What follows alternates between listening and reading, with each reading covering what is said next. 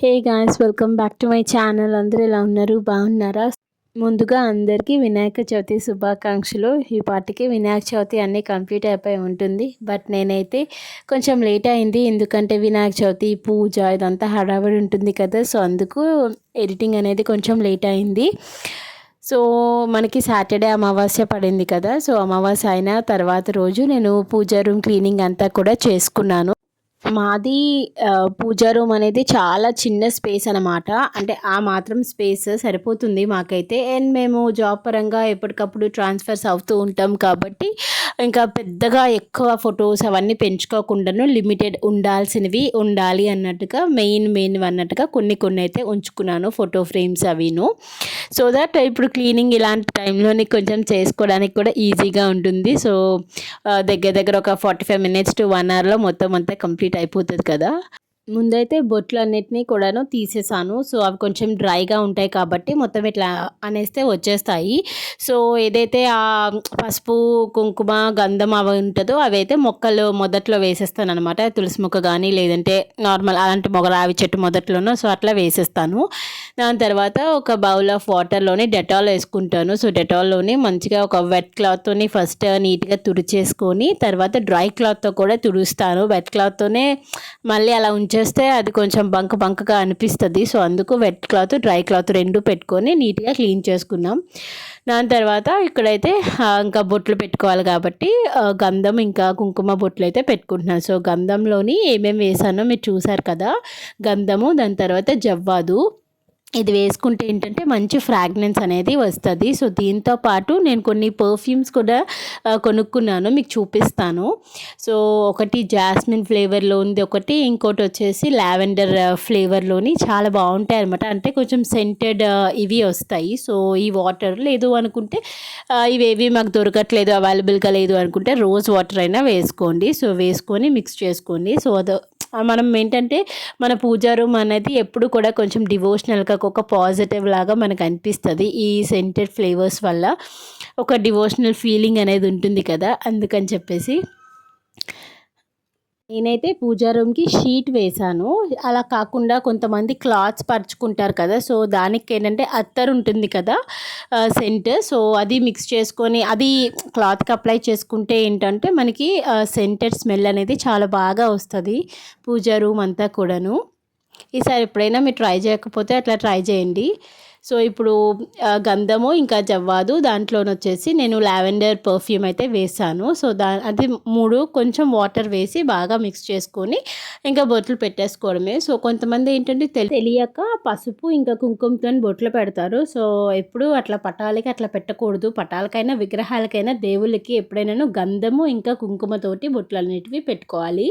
So నేను ఇక్కడైతే అదే చేస్తున్నాను అనమాట. నేను ఎప్పుడు మంత్లీ 2 టైమ్స్ క్లీన్ చేసుకుంటాను అనమాట. అంటే అమావాస్య అయినాక క్లీన్ చేస్తాను. అండ్ అలాగే మనకి పీరియడ్స్ వస్తాయి కాబట్టి ఆ 5 డేస్ కంప్లీట్ అయినాక మళ్ళీ ఒకసారి చేస్తాను.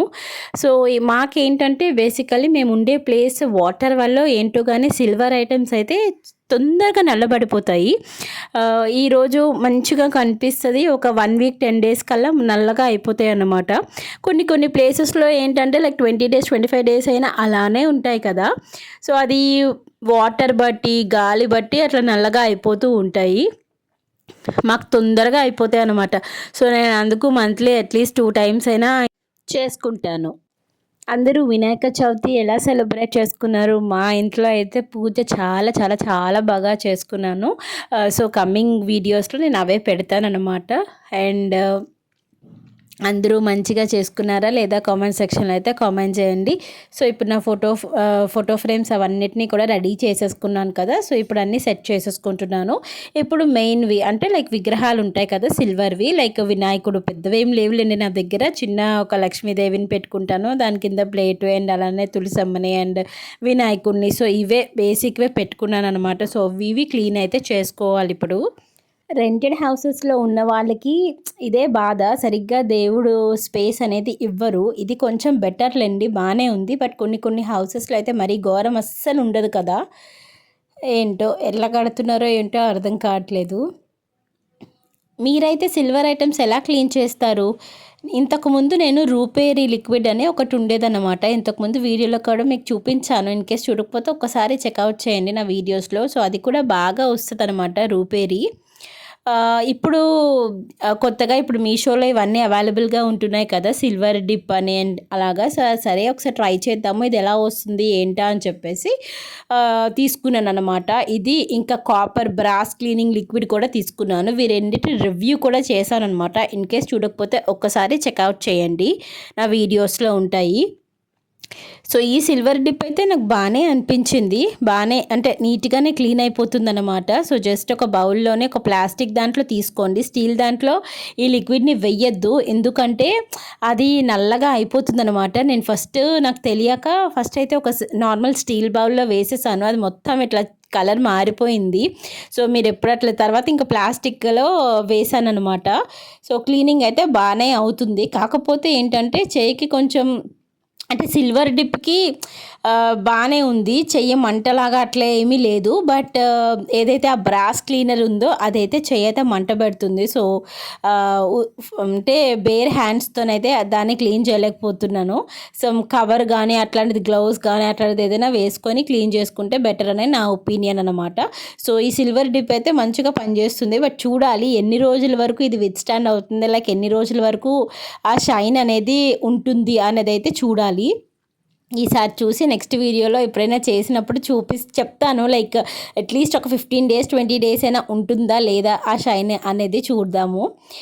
సో మంచిగా ఇట్లా వెయ్యంగానే షైన్ అయితే వస్తుందన్నమాట. సో చాలామంది కోల్గేట్ పౌడర్తో కూడా క్లీన్ చేస్తారు కదా, సో అది కొంచెం కష్టం అనిపిస్తుంది ఆ పౌడర్తో మొత్తం పామి క్లీన్ చేసి అట్లా. ఇదైతే సింపుల్ డిప్ చేసేయడమే కదా, ఒక్కసారి డిప్ చేసేసరికి వెంటనే సిల్వర్ ఆ షైన్ అనేది వచ్చేస్తుంది. సో ఇలా నా సిల్వర్ ఐటమ్స్ ఉన్నవన్నింటినీ కూడా క్లీన్ చేసేసుకున్నాను.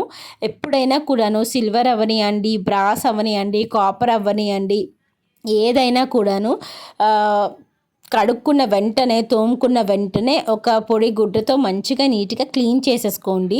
లేదు అనుకుంటే ఏమవుతుందంటే అట్లా మచ్చలుగా ఫామ్ అయిపోతూ అదనమాట. సో ఇప్పుడు వీటన్నిటికీ నేను గంధము ఇంకా కుంకుమ బొట్లు అయితే పెట్టుకుంటున్నాను.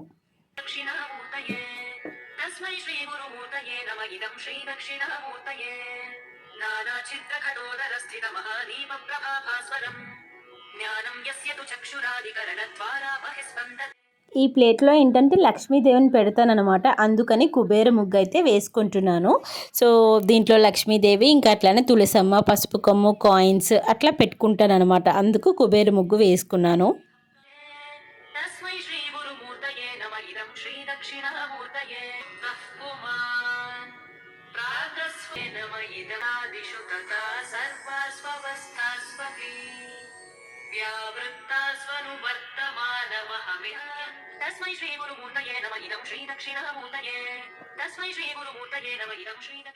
ఇది నా బుజ్జి వెండి తులసమ్మ. ఇది నా మ్యారేజ్కి గిఫ్ట్ వచ్చిందనమాట.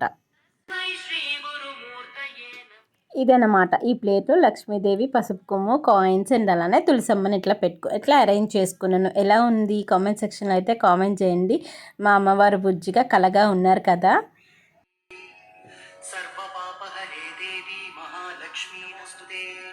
సిద్ధి బుద్ధి ప్రదే దేవి ముక్తి ముక్తి ప్రదాయిని మంత్రభూతే సదా దేవి మహాలక్ష్మి. రామ రామ రామే మనోరమే. సో ఈ ప్లేట్లో స్వస్తిక్ వేసేసి వినాయకుడిని పెట్టుకున్నాను. నెక్స్ట్ నేనైతే దేవుడి గదిలోని కవ్వాన్ని కూడా పెట్టుకుంటాను, ఎందుకంటే కవ్వం కూడా లక్ష్మీదేవితో సమానం అంటారు కదా, అందుకని కవ్వానికి కూడాను గంధము ఇంకా కుంకుమ బొట్లు పెట్టుకొని ఇది కూడా దేవుడి గదిలో పెట్టుకుంటా.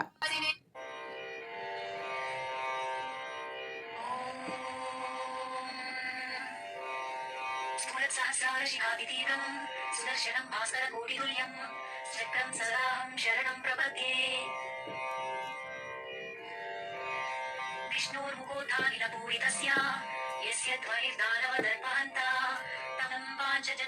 ఇలా చక్కగా దేవుడి శ్లోకాలు కానీ అలాంటివి ఏమైనా పెట్టుకొని అన్నిటిని కూడా ఇట్లా రెడీ చేసేసుకున్నాను. సో ఇదే నా సింపుల్ పూజ రూమ్. ఎలా ఉంది, బాగుందా లేదా, బాగా అంతా నీట్గా ఆర్గనైజ్ చేసుకొని సర్దుకున్నానా లేదా, పెట్టుకున్నానా లేదా అన్నది అయితే కామెంట్ సెక్షన్లో అయితే కామెంట్ చేయండి.